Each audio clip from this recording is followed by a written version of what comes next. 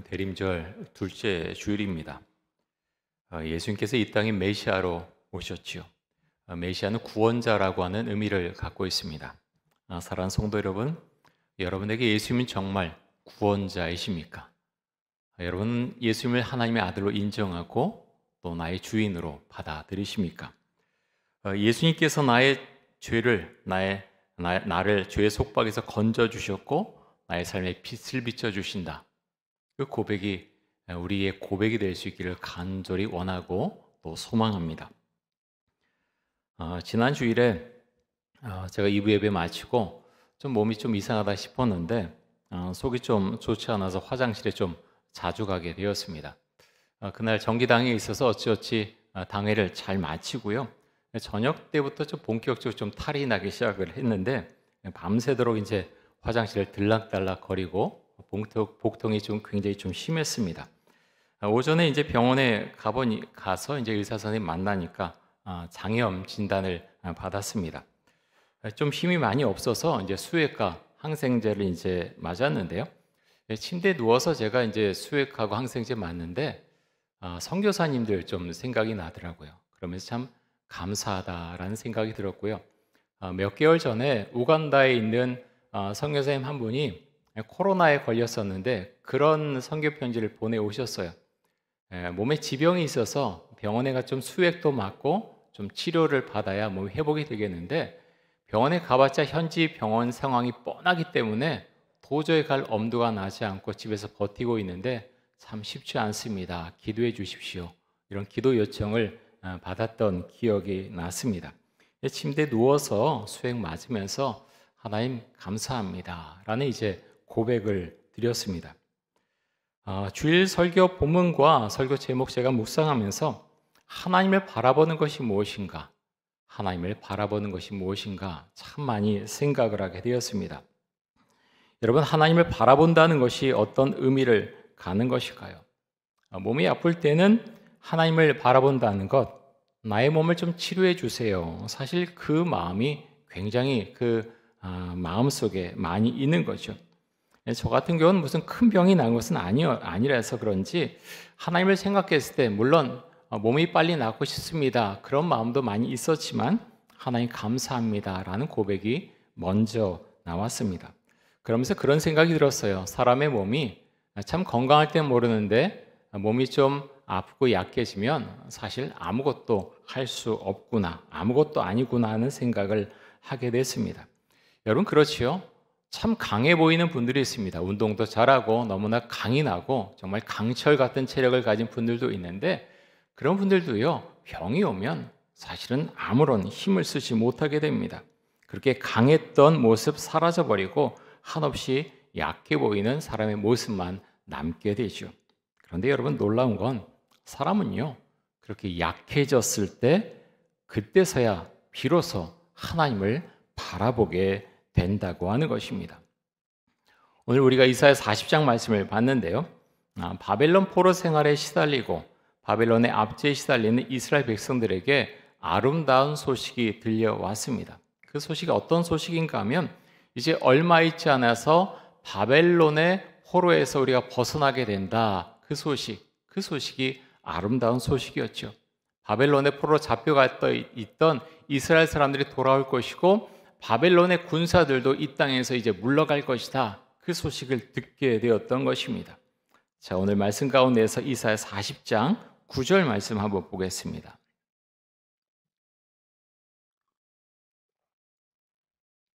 이 말씀 같이 한번 읽습니다. 아름다운 소식을 시온에 전하는 자여, 넌 높은 산에 오르라. 아름다운 소식을 예루살렘에 전하는 자여, 너는 힘써 소리를 높이라. 두려워하지 말고 소리를 높여 유다의 성읍들에게 이르기를 너희의 하나님을 보라 하라. 아름다운 소식, 구원의 소식을 시온에 전하라고 하십니다. 높은 산에 올라가서 소리 높여 이르기를 뭐라고 말하라고 지금 말씀하고 있습니까? 너희의 하나님을 보라. 너희의 하나님을 보라. 이렇게 말씀하고 있습니다. 이스라엘 백성들 지금 절망 가운데 있지요. 삶의 소망이 사실 전부 다 사라져 버렸습니다. 그런데 이스라엘을 압제하고 있던 이 바벨론이 모두 물러갈 것이다. 바벨론의 포로로 끌려갔던 사람들이 이제 돌아올 것이다. 그 소식을 이제 듣게 되었는데 현실적인 것보다 먼저 여기서 핵심적으로 말씀하고 있는 것이 무엇입니까? 너의 하나님을 보라. 너의 하나님을 보라. 이렇게 말씀하고 있습니다. 여러분 왜 이렇게 말씀하고 있는 것일까요? 현실에 눈을 두기보다 먼저 이렇게 말씀하고 있는 이유가 무엇일까요? 왜냐하면 여러분 이것이 진정한 구원이기 때문입니다. 하나님을 바라보는 것이 진정한 구원이기 때문에 지금 하나님께서 이렇게 말씀하고 있는 것이죠. 바벨론의 포로 생활에서 벗어나는 것 해방이죠. 구원입니다. 그것이 얼마나 기쁩니까? 현실의 압박 가운데서 내가 풀려나는 것. 그런데요, 진정한 구원은 그것이 아니라 그 현상이 아니라 하나님을 내가 바라볼 때 그때서 비로소 회복이 시작되고 그때서 진정한 구원과 해방이 온다고 말씀하고 있습니다. 여러분 우리가 살아가는 세상은 참 만만치가 않죠. 물론 우리나라가 다른 나라의 침략을 받고 있거나 전쟁 중이거나 지배를 받고 있거나 그런 것은 결코 아닙니다. 그런데 우리 한국 사회에서 우리가 살아가려면 경쟁에서 살아남아야 하죠. 경쟁에서 살아남으라 어릴 때부터 수없이 그것을 가르침을 받아오기도 했고 누가 말하지 않아도 스스로 터득해서 우리나라 사람들은 잘 알고 있습니다. 특히 우리나라에서는 1등해야 돼, 인류가 돼야 돼, 인류 기업이 돼야 돼. 그것을 얼마나 많이 말하고 있습니까? 사람들이 말하기도 하고요. 광고 같은 것을 통해서도 수없이 그것이 나오고 있는 것이 우리 사회 현상입니다. 그런데 생각해 보면 1등은 너무나 소수입니다. 1등이 아닌 사람들이 대부분이죠. 그러면 1등 아닌 사람들은 어떻게 살아가야 되겠습니까? 행복지수를 조사해 보면 우리나라는 거의 예외 없이 매년 최하위권입니다. 국민소득은 계속해서 높아져 가고 있고요. 나라는 부강해져 가는데 행복지수는 요지부동입니다. 밑으로 축 처져서 도무지 올라올 기미를 보이고 있지 않습니다. 앞으로 올라갈까요? 글쎄요, 잘 모르겠습니다. 행복이라고 하는 것, 내가 좀 더 돈을 많이 벌고 국가 부강해진다고 해서 자연적으로 나에게 따라오는 것이 아니구나 하는 것을 우리는 점점 깨달아 갑니다. 돈을 싫어하는 분 계십니까? 아무도 없습니다. 돈 다 좋아하지요. 그런데요, 돈으로 살 수 없는 것들이 너무나 많이 있습니다. 그 중에 하나가 무엇인가 하면 의미, 가치입니다. 삶의 의미를 돈을 많이 벌었다고 그것을 얻을 수가 있을까요? 삶의 가치, 그 사람이 성공했다고 해서 그 가치를 얻을 수 있을까요? 삶의 가치, 삶의 의미, 도리어요. 돈을 많이 벌거나 사회에 성공한 사람들, 그 사람들은요, 이런 삶의 가치를 느끼고 삶의 의미를 깨닫기보다는 공허함이 그 사람의 마음 가운데 밀려왔을 가능성이 굉장히 많습니다. 왜 그렇습니까? 그 정상에 올라가기 위해서 끊임없이 위로 올라가고 또 올라갔기 때문이죠. 위로 올라가면 뭔가 있을 것 같았는데 올라가 가보니까 아무것도 없는 거예요.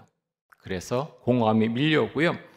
성공한 사람들 중에 다는 아니겠지만 안정이 된 이후에 이상한 행동하는 사람들이 상당수가 있죠. 외도를 하거나 또 술을 많이 마시거나 도박을 하거나 마에게 되는 사람들도 많이 있습니다. 왜 그렇게 합니까? 공허함이 밀려오기 때문에 그렇습니다. 자, 오늘 주신 말씀 가운데서 이사야 40장 9절 말씀, 우리 다시 한번 이 말씀 보겠습니다. 이 말씀 같이 다시 한번 읽습니다. 아름다운 소식을 시온에 전하는 자여, 너는 높은 산에 오르라. 아름다운 소식을 예루살렘에 전하는 자여, 너는 힘써 소리를 높이라. 두려워하지 말고 소리를 높여 유다의 성읍들에게 이르기를 너희의 하나님을 보라 하라. 여러분, 우리가 어떻게 해야 하나님을 잘 바라볼 수 있을까요? 어떻게 하면 시선을 딴 데로 두지 않고 시선을 하나님께 고정시키고 하나님을 바라보면서 살 수 있을까요? 이스라엘 백성들이 출애굽한 이후에 참 여러 가지 일들이 많았는데요. 그 가운데서 많은 이적을 봤음에도 불구하고 이스라엘 백성들은 많이 원망하고 많이 불평했죠. 하나님께서 이렇게 불평하고 원망하는 이스라엘 백성들에게 어느 날 불뱀을 보냈습니다. 불뱀에 물려서 많은 사람들이 죽어갑니다. 그러자 사람들이 하나님에게 외치죠. 살려주십시오 라고 외치자 하나님께서 어떤 처방책을 주셨습니까? 불뱀을 다 없애주셨나요? 그렇게 하지 않았지요. 모세를 통해서 놋뱀을 하나 만들게 하십니다. 그리고 놋뱀을 장대에 달라고 하죠. 불뱀에 물리면 그 장대에 달린 놋뱀을 쳐다봐라 라고 말씀하십니다. 그 놋뱀을 보는 자는 살 것이고 쳐다보지 않는 자는 죽을 것이다 라고 말씀을 하셨습니다. 여러분, 하나님을 바라본다고 하는 것은요, 우리가 가진 상식과 지식을 내려놓는 것입니다. 상식적으로 생각해서 불뱀에 물린 사람이 독이 퍼져나가고 있는데 그 장대에 달린 놋뱀 쳐다본다고 낫습니까? 그럼 말도 안 되는 것이야 라고 쳐다보지 않는 자는 다 죽었고요. 하나님께서 말씀하셨으니 쳐다보자라고 해서 쳐다본 자는 다 살았습니다. 여러분, 그것이 믿음입니다. 믿음은요, 내가 가진 지식과 상식을 넘어섭니다. 그것이 바로 믿음이죠. 여러분, 하나님은 어떤 분이십니까? 여러분의 하나님은 어떤 분이시죠? 이사야 40장 10절과 11절에 보면 하나님에 대해서 이렇게 설명을 하고 있습니다. 10절과 11절 한번 보겠습니다. 보라, 주 여호와께서 장차 강한 자로 임하실 것이요 친히 그의 팔로 다스리실 것이라. 보라, 상급이 그에게 있고 봉이 그의 앞에 있으며 그는 목자같이 양떼를 먹으시며 어린 양을 그 팔로 모아 품에 안으시며 젖먹이는 암컷들을 온순히 인도하시리로다. 자, 10절에 보면 하나님의 강한 자로 지금 묘사를 하고 있고요. 11절에 보면 목자로 표현을 합니다. 하나님 한없이 강한 자이시지만 그렇다고 해서 비인격적인 분이 아니시고 인격적인 하나님이시죠. 하나님은 목자시고 또 이스라엘 백성은 양입니다. 여러분, 양은 목자 없이는 아무것도 하지 못합니다. 양을 보면 참 평화로워 보이죠? 근데 그냥 평화로운 것이 아닙니다. 양은요, 눈이 너무너무 좋지 않습니다. 그래서 조금 앞에 있는 것도 잘 보지 못하죠. 목자의 인도함을 받지 못하면 아무것도 할 수 없는 것이 바로 양입니다. 겁은 또 얼마나 많습니까? 겁이 너무 많아서요, 시냇물이 졸졸 흘러가잖아요. 그 시냇물을 가서 먹어야 되는데 무서워서 잘 다가가지 못합니다. 그것을 어떤 좀 본을 보여주고 좀 목자가 옆에 있어야 물을 마시기 시작하죠. 맹수가 나타나면 보통 동물들은 도망가죠. 어떻게든 도망가서 살려고 합니다. 근데 양은요, 겁이 얼마나 많은지 도망가지도 못하고 그 자리에서 바들바들 떨고 있습니다. 그것이 바로 양입니다.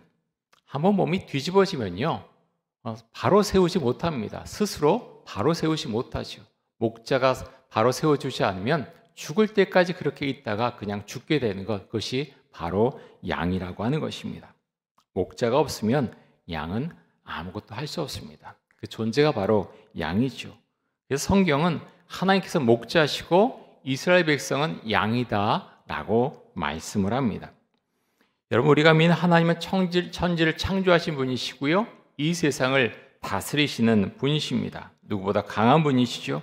하지만 우리가 믿는 하나님은 인격적인 분이시고 또 우리를 지키시고 보호해 주시는 분이십니다. 그래서 오늘 우리가 보고 있는 이사야 말씀에 보면 너희 하나님을 보라, 너희의 하나님을 보라라고 말씀하고 있습니다. 다른 사람의 하나님이 아니라 너희 하나님, 너희 하나님을 보라고 우리에게 말씀하고 있습니다. 저는 본문 묵상하면서 한 사람의 모습이 떠올랐는데요. 그 사람이 누구냐 하면 아브라함입니다. 아브라함이 그랄 땅에 있을 때 아브라함은 자신의 아내 사라를 가리켜서 아내라고 소개하지 않고 누이라고 소개하죠. 그래서 그랄 왕 아비멜렉이 사람을 보내서 아브라함의 아내인 사라를 데려옵니다.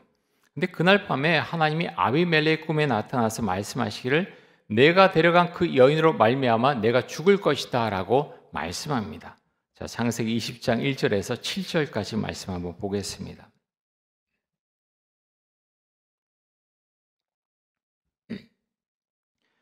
아브라함이 거기서 네게부 땅으로 옮겨가 가데스와 술 사이 그랄에 거류하며 그의 아내 사라를 자기 누이라 하였으므로 그랄 왕 아비멜렉이 사람을 보내어 사라를 데려갔더니 그 밤에 하나님이 아비멜렉에게 현몽하여 그에게 이르시되 내가 데려간 이 여인으로 말미암아 내가 죽으리니 그는 남편이 있는 여자임이라. 아비멜렉이 그 여인을 가까이 하지 아니하였으므로 그가 대답하되 주여 주께서 의로운 백성도 멸하시나이까. 그가 나에게 이는 내 누이라고 하지 아니하였나이까. 그 여인도 그는 내 오라비라 하였사오니 나는 온전한 마음과 깨끗한 손으로 이렇게 하였나이다. 하나님이 꿈에 또 그에게 이르시되 내가 온전한 마음으로 이렇게 한 줄을 나도 알았으므로 너를 막아 내게 범죄하지 아니하게 하였나니 여인에게 가까이 하지 못하게 함이 이 때문이니라. 이제 그 사람의 아내를 돌려보내라. 그는 선지자라. 그가 너를 위하여 기도하리니 내가 살려니와 내가 돌려보내지 아니하면 너와 내게 속한 자가 다 반드시 죽을 줄 알지니라. 여러분, 누가 잘못했습니까? 누가 잘못했지요? 아브라함이 잘못했습니다. 아브라함이 잘못했는데요, 하나님께서 누구에게 벌을 내리겠다고 말씀하십니까? 아비멜렉에게 벌을 내리겠다고 말씀하십니다. 성경을 읽어보면요, 하나님은 철저하게 아브라함 편에 서십니다. 공평, 공정.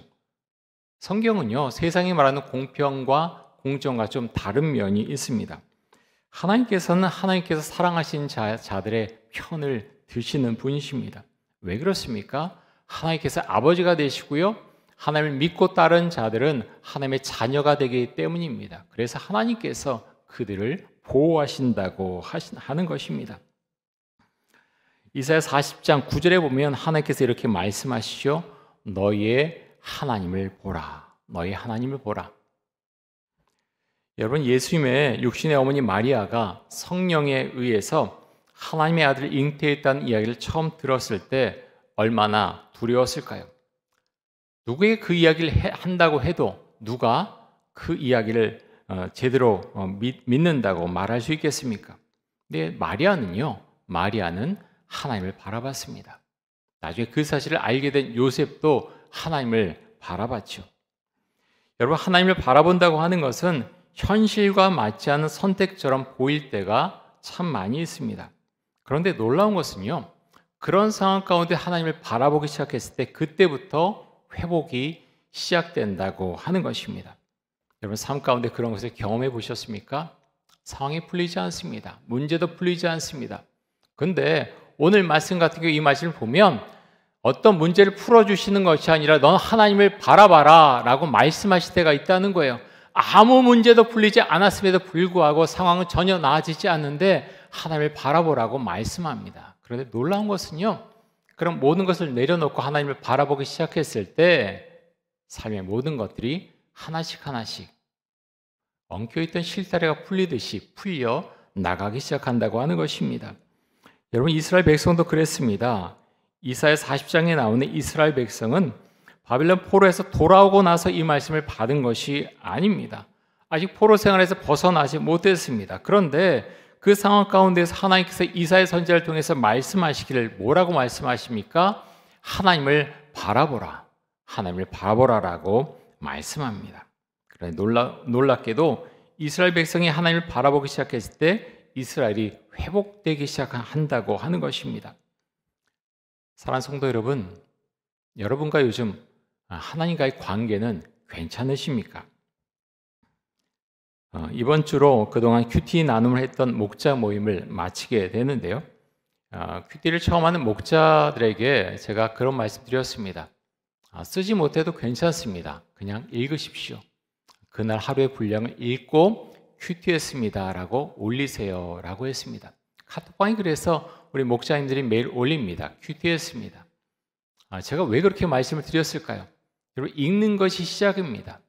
읽는 것이 시작입니다. 마치 우리 신앙의 시작은요, 하나님을 바라보는 것, 그것이 시작이듯이 큐티도 마찬가지입니다. 그냥 읽는 것입니다. 읽다 보면 나중에 쓸 말이 생깁니다. 여러분, 하나님을 향해 우리 시선을 돌리는 것, 그것이 신앙의 성장을 위한 첫 번째 발걸음인 줄 믿습니다.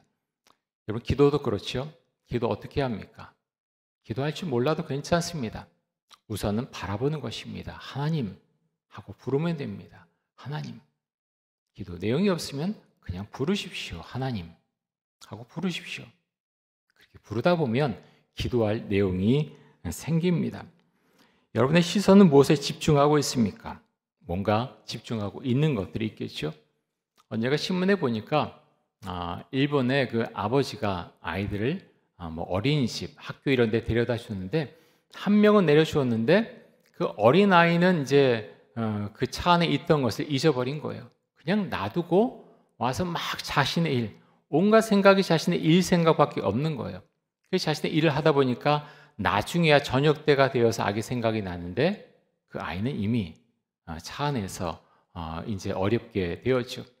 여러분, 사람이 그렇습니다. 어떤 것에 집중하고 있으면, 어떤 일에 생각에 집중하고 있으면 다른 것이 생각이 나지 않을 때가 많습니다. 그런데 우리 신앙의 시선이 어디로 집중되어 있어야 하느냐? 예수님에게 집중되어 있어야 한다고 하는 것입니다. 집중되어 있을 때 삶의 질서가 잡히게 됩니다. 어떤 일에 묶여가지 않고 끌려가지 않고 예수님에게 집중되어 있을 때 삶의 질서가 잡힌다는 것, 여러분 그것을 기억하실 수 있기를 바랍니다. 우린 지금 대림절을 보내고 있습니다. 대림절은 메시아를 기다리는 절기이죠. 이 땅에 구원자로 오신 아기 예수님, 또 이 땅에 다시 오실 예수님을 기다립니다. 그런데 우리가 이렇게 예수님을 기다릴 수 있다는 것은요, 다른 이유가 아니라 은혜 때문에 우리는 이렇게 예수님을 기다릴 수가 있습니다. 제가 이사야 40장 읽으면서 그런 고백을 하게 됐습니다. 이미 만신창이가 되어버린 이스라엘, 하지만 이렇게라도 해서 다시 불러들이시는, 하나님의 자녀를 불러들이시는 그 하나님, 전적인 하나님의 은혜입니다 라는 고백을 하게 됩니다. 여러분, 이 세상을 살아가면서 만신창이가 되신 분들이 계십니까? 너무 지치고 많이 실패해서 마음에 있는 소망이 다 사라진 분이 계십니까? 만신창이가 된 이스라엘 백성에게 하나님께서 말씀하십니다. 너희 하나님을 보라. 똑같이 그분에게 하나님께서 말씀하실 것입니다. 너희 하나님을 보라. 여러분, 그 말씀에 순종하시기 바랍니다. 순종하는 그 순간부터 회복이 시작될 것입니다. 우리 함께 기도하겠습니다. 이 시간 기도할 때 하나님, 눈에 보이는 현실에 끌려다니지 않게 해주시고 하나님을 바라보며 살아갈 수 있는 믿음을 주옵소서. 하나님을 바라봄으로 막혔던 문제들이 회복되는 은혜를 경험하게 하여 주옵소서. 우리 통성으로 함께 기도하겠습니다.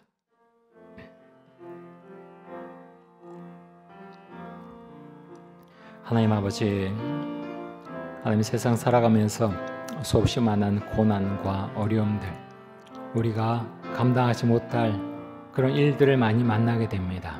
몸에 병이 생기고 사업이 망하고 하나님 직장에서 또 쫓겨나고 하나님 수없이 많은 일들이 우리의 삶 가운데 다가옵니다.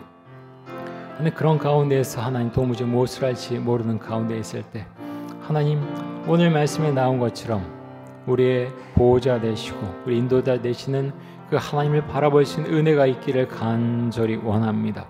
하나님을 바라보게 하여 주옵소서. 하나님 은혜를 주셔서 하나님 아버지 주를 바라보라고 말씀하시는데 그 하나님 바라볼 때 하나님 회복을 주시고 하나님 은혜를 주셔서 세상을 살아갈 수 있는 소망을 주시고 몸에 그런 병난 것들이 치유되며 마음의 병이 치유되며 하나님 세상 가운데 풀지 못했던 문제들이 풀려나가는 은혜를 경험할 수 있기를 간절히 원합니다. 주 은총 주시고 믿음을 더하여 주옵소서.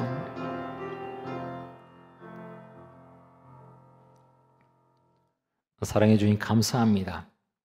절망 가운데 빠져있던 이스라엘 백성들에게 하나님께서 말씀하시기를 너희 하나님을 보라 라고 말씀하셨습니다. 동일하게 우리에게 말씀하시는 하나님의 음성을 듣습니다. 나의 하나님, 우리의 하나님, 그 하나님을 우리가 바라볼 수 있도록 하여 주옵소서. 날마다 바라보며 순간순간 바라보면서 우리의 삶을 살아갈 수 있도록 주 크신 은총과 사랑을 베풀어 주옵소서. 예수 그리스도의 이름으로 기도드립니다. 아멘.